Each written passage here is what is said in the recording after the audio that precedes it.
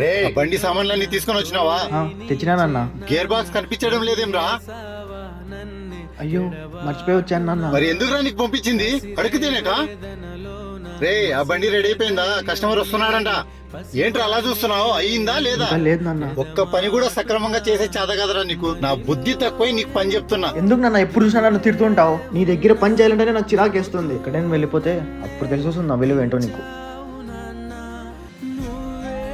కాదరా నీకు ఒక మాట అంటే కోప్పడి బయటికి వెళ్ళిపోతున్నావే. బయట సమాజంలో ఎన్ని మాటలు పడాల్సి వస్తుందో తెలుసా నీకు? నీలాంటో లేరా నాన్న కొట్టాడు అమ్మ తిట్టిందని చెప్పేసి మాలాంటి తల్లిదండ్రుల నుంచి దూరంగా వెళ్ళిపోతున్నారు. మీలాంటి వాళ్ళకు తెలియంది ఏమంటే తల్లిదండ్రులు చెప్పే మాటలు అర్థం చేసుకోకపోతే మీ జీవితాలు ఆకులు రాలిపోయినట్లు రాలిపోతాయిరా. మేమేం మీకు కావాలని తిట్టాంరా. మేము బ్రతుకున్నట్లే మీకు ఒక మంచి స్థాయిలో చూడాలని ఆశ. సారీ నాన్న, నేను నీకు తప్పుగా అపార్థం చేసుకున్నాను.